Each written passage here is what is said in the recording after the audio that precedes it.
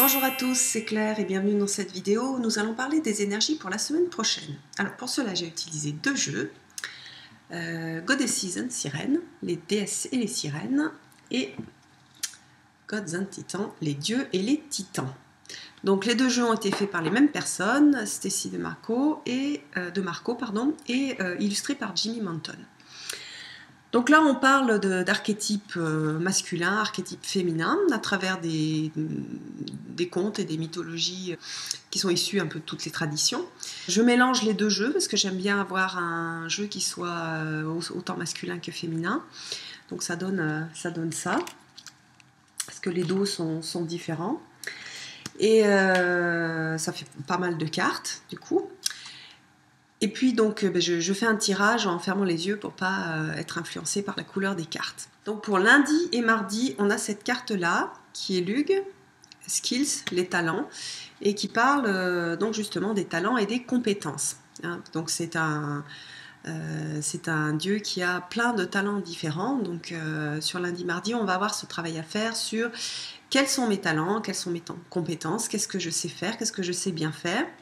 Et puis aussi, donc, c'est une période qui va être propice au travail et à l'amélioration de nos talents. On peut aussi avoir, c'est aussi un petit clin d'œil au fait qu'on peut avoir des talents qui sont très différents et qui, a priori, ne vont pas forcément ensemble, comme ce dieu-là qui avait des talents de forgeron, des talents d'épéiste et puis des talents de poète. Donc voilà, c'est pas parce que ne vous laissez pas enfermer dans une case, c'est pas parce que vous êtes quelqu'un de très manuel que vous n'avez pas de don de poète, et vice versa. C'est pas parce que vous êtes quelqu'un d'intellectuel que vous n'avez pas aussi des dons manuels et que vous pouvez pas travailler des choses manuelles. Donc voilà, ne pas se laisser enfermer, profiter à fond et développer à fond ses talents. Donc ça sera pour lundi et mardi, avec quand même un petit bémol pour certains. Voilà, avoir plein de talents, c'est bien. Après, il ne faut pas non plus se disperser. Pour mercredi, jeudi, vendredi, nous avons Apush, un dieu maya, qui est un dieu de la mort et qui est celui qui est le plus effrayant, parce que c'est celui en fait qui va vous attendre, qui vous attend pas comme ça tranquillement à la porte, mais c'est celui qui va venir vous chasser. Donc vraiment, il fait extrêmement peur, ce dieu-là. Donc pendant 3 jours, on va avoir un travail à faire sur cette peur. Lever les voiles sur les peurs, déjà mettre un peu de la lumière dessus pour les reconnaître, parce que parfois on est guidé dans nos actions par nos peurs, et on les reconnaît même pas. De quoi est-ce qu'on a peur? Est-ce que j'ai peur du jugement des autres, du ridicule, d'un examen que je dois passer, etc. Donc, est-ce que c'est une peur un peu liée à des choses qui sont passées dans le passé, ou alors est-ce que c'est une véritable peur qui correspond à un véritable danger? Donc déjà ça c'est important quoi, de faire la différence et d'avoir un sens critique par rapport à cette peur-là.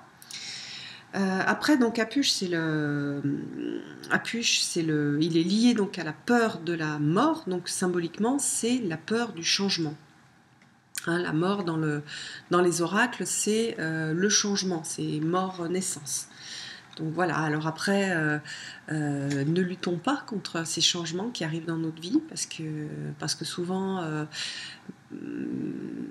ces changements-là, ils sont pour apporter quelque chose de nouveau. Hein. Il faut laisser mourir des choses pour laisser la place pour que de nouvelles choses apparaissent dans notre vie.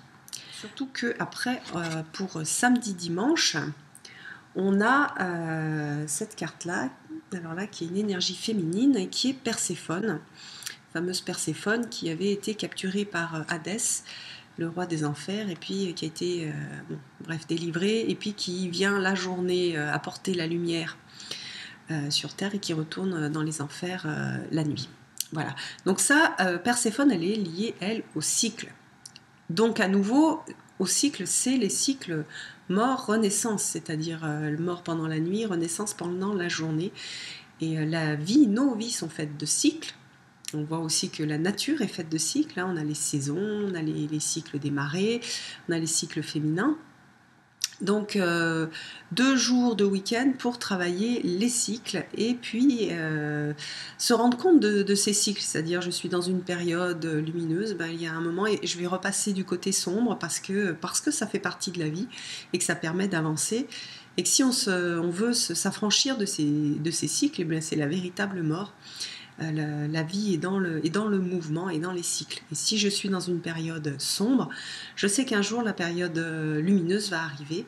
Donc voilà, donc samedi, dimanche, on aura soit une prise de conscience à avoir sur cette nature cyclique de la vie, soit quelque chose qui va nous ramener, en fait, soit la fin d'un cycle, soit le début d'un nouveau cycle. Voilà, on va vraiment se sentir dans cet aspect sinusoïdal, cet aspect cyclique de la vie. Eh bien, j'espère que vous allez passer une bonne semaine et je vous donne rendez-vous pour une prochaine vidéo. Bye bye, à bientôt.